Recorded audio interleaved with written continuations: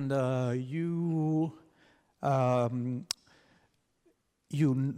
your job is suggesting companies on how to improve their communication. So this is 100% of your job, and who better than you to present how companies, how brands are using the image of the Alps. So who shall I go the microphone to? Or you can use.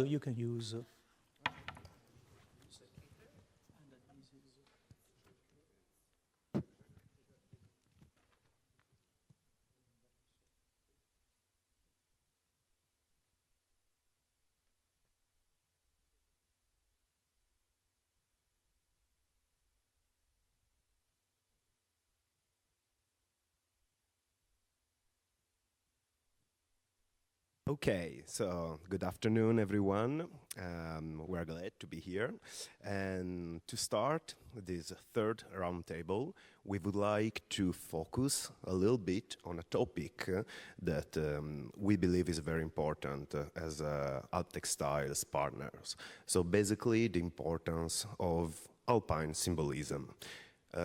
If you think about it, the words themselves, the Alps, Alpine, alpinism are super strong, okay? Alpinism itself is so iconic that it's now a synonym of mountaineering. Downhill skiing can be called alpine skiing, and the list goes on and on. But in order to understand why alpine symbolism is so important and how brands use it, first of all, we have to check what it evokes. So we identified 5 clusters, so to say, and obviously these are very ingrained in most sectors dealing with alpine products, but this is for Emily later on to tell us. So the focus here is on textiles, obviously, and the very first one, whenever we think of our consumers, and I would say us, everyone, we think about the Alps, it gives us a sense of, we think about the nature and the freshness that is inherent to the alpine environment, because it evokes a sense of purity and nature, pristine nature and freshness, and we want to, especially brands want to imbue their products or services with this imagery. The second cluster is adventure and exploration. Again, we see a peak like this, and brands already know that we're going to feel a push towards going onto the peak and exploit the adventure and the sense of exploration, and put us in in awe or make us feel shook with the grandness of the nature. The third cluster is technical performance. It is somewhat connected to the previous one, but it's worth of space of its own, because brands use it to enhance how their products or services can actually help consumers in overcoming the challenges of the beautiful yet very sturdy and harsh, sometimes alpine environments. The next cluster is heritage and tradition. Obviously, brands also tap into these themes of tradition, authenticity, craftsmanship, and time and timelessness in order to get a deeper delve into the cultural level behind the alpine space. And finally, there is this fifth cluster of luxury and exclusivity. Obviously, it doesn't reconnect with the everyday dwelling of the mountains, but it's a level, obviously, to give out this message of opulence and refinement and create this somewhat unattainable image with the Alps. It's fascinating to see how many worlds of symbols and meanings can coexist. But you went beyond this and you looked at how the branding, the communication relates to the actual value chain. Exactly, because basically, if you think about it, brands are unique. This is exactly what brands are for. So it's always hard to find clusters for them. But we thought that thinking about the value chain could be a good starting point for our project. So there are three main clusters, plus we'll see. The first of all is what we call the brand origin. So basically brands that have been founded in the Alps. The second is fiber origin. So basically brands that use raw materials from the Alps. And the third is made in, so basically brands that produce their goods in the Alps. But there's more, okay? Because there are brands that use the Alpine symbolism without actually having nothing to do with the Alps. So we've spoken a bit about cultural appropriation. We'll see a bit more later. And so, different brands have different features. How can they do the best to communicate, okay? So basically, if in the case of brand origin, so brands that have been founded on the Alps, in the Alps, localism is, of course, super important, because if you think about it, Montclair itself, it's a short version of Monestier de Clermont. I hope the pronunciation is correct, more or less, which is basically the location where the brand has been founded. But also brand heritage, which means like an emphasis on the historicity of the brand, playing in the French Alps since 1947, Salomon, which means basically we were here before it was cool, which makes sense, of course. And also tasted, okay? Montclair, again, born in the mountains, lives in the city, which means, okay, if it works here, you know, in cold weather, snowy conditions, and etc., okay, you can be sure that in the city it will work as well. But there's also, you know, there are some possible issues for every brand when they communicate. In this case, maybe the balancing in between authenticity of the message and actually the effective geolocalization of the value chain, because, okay, products, raw materials can arrive maybe from far away. And we have selected a case history. Yes, this is Montclair Grenoble. Obviously, it would take us volumes to discuss their communication strategy and how the brand communicates with the external world. But as we were focusing earlier on the claim, born in the mountains, lives in the city, this gives us a pretty good idea of what it means to be such a huge global brand and still be very rooted and focused on on the birthplace.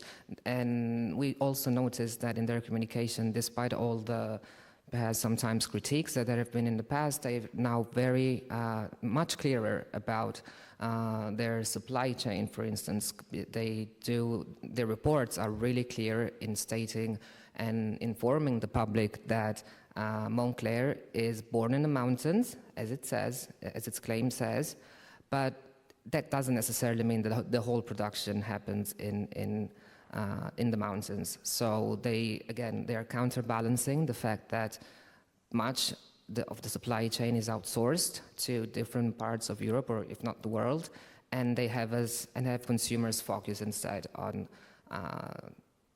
the brand heritage that they managed to create since 1957.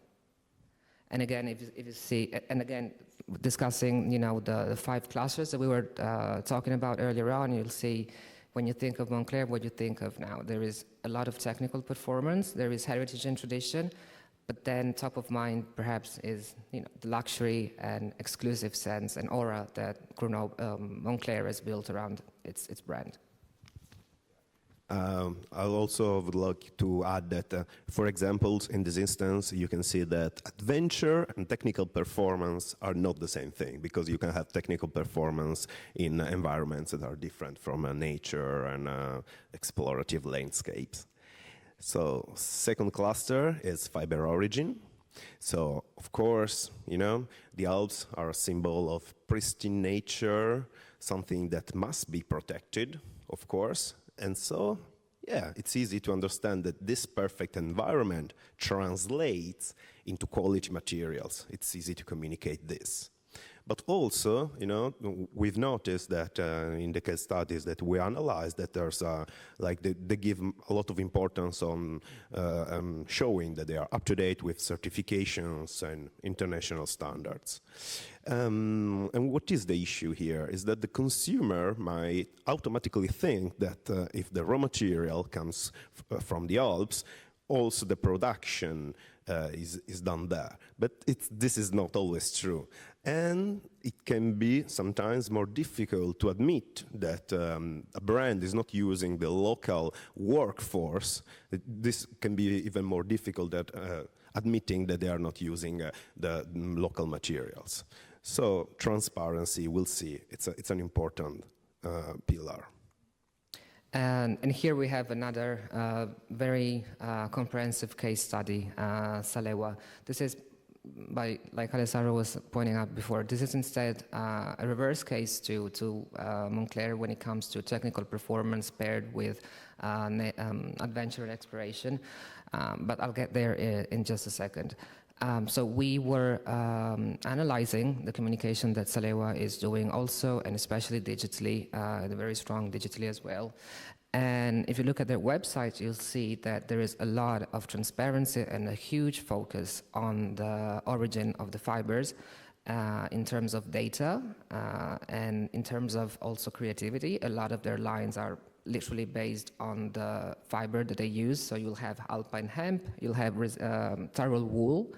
And the strategy here with Salewa is to reconnect the data and the technical performance of these fibers with a very informative communication that caters and winks at the consumers and lets them know this is a very highly performative material, and this is also cool, and this is beautiful because it's really the Alpine essence that we want to capture here. And it benefits, and another big touch point for Salewa is the focus on sustainability. So there is a lot of discourse around animal well-being and environmental well-being, and again, this again tells us how you can focus on the fiber origin and still claim to be an Alpine brand and, let's say, get away with it, or at least not get into trouble. And do a very good job at that. And the third cluster is made in. So, of course, the focus is on the place of production. But here, it's important, the focus is also on people. So the know-how of how to make good products, on the artisanship, on the local heritage, and etc. If the raw materials are not locally produced, okay, they are presented as excellent, even if they're not local. And this is an example for Reda. You know, they say, and in their website is very clear, you know, that the wool is not local, but it's super high quality. But so the issue here is like, again, balancing the fact that you're like investing on the people, you're investing in the craftsmanship, in the know-how, but the fact that the raw material comes from abroad can be like a problem with sustainability. So in communication, they have to balance this. And in fact, here again, we have a very beautiful example of mastering the art of taking the attention away, perhaps from what's not really there, and instead create a beautiful storytelling about what's actually true and authentic about the brand. So Reda 1865 is one of the, everyone here knows it, I suppose, one of the biggest names in wool making, again, hailing from the Biella area. And they're very clear about the fact that they do not rely or do not use locally sourced wool. Most of the wool that they use is actually from Australia and New Zealand. And a few years ago, I had the luck to be working with them, and that's around the time when they came out with this beautiful series called The Wool Masters. And the idea here is very simple. They went to the sheep farms down under in Australia and New Zealand, and they created short documentaries, very epic, very beautiful, very telling of the actual sustainability and well-being of the animals and the people and the tradition of sheep farming down in Australia and New Zealand. And this is how so a brand can still take kind of the focus away from the fact that the wool is not Alpine made, but in their case, obviously, a lot of the rest of the wool of the value chain is actually local and inherent to Alpine area.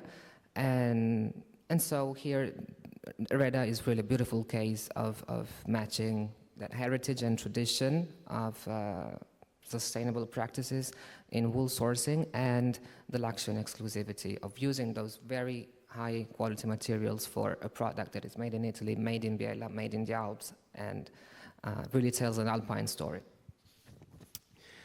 But a big theme for us at AlpTextyles is that basically we said, the Alpine symbolism is strong, and also brands that don't rely at all with the Alps might want to use it because it's a powerful tool for communication. And we have selected a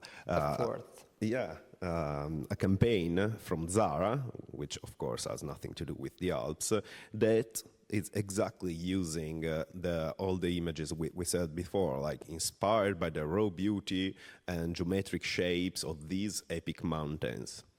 And so, the discussion is open in between, I was thinking this morning, actually, getting, back to the name of the collection and this big claim, it could be ChatGPT and it could be anyone.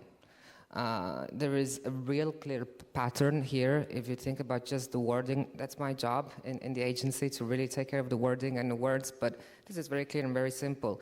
You get this set of really preset words that anyone could use, whether it's a textile brand, whether it's a lifestyle brand, Alpine, Himalayan, whatever, and there's that recurring theme of feeling inspired by a beauty that is raw and the geometric shapes of this, but this is the word that really caught me, epic mountains.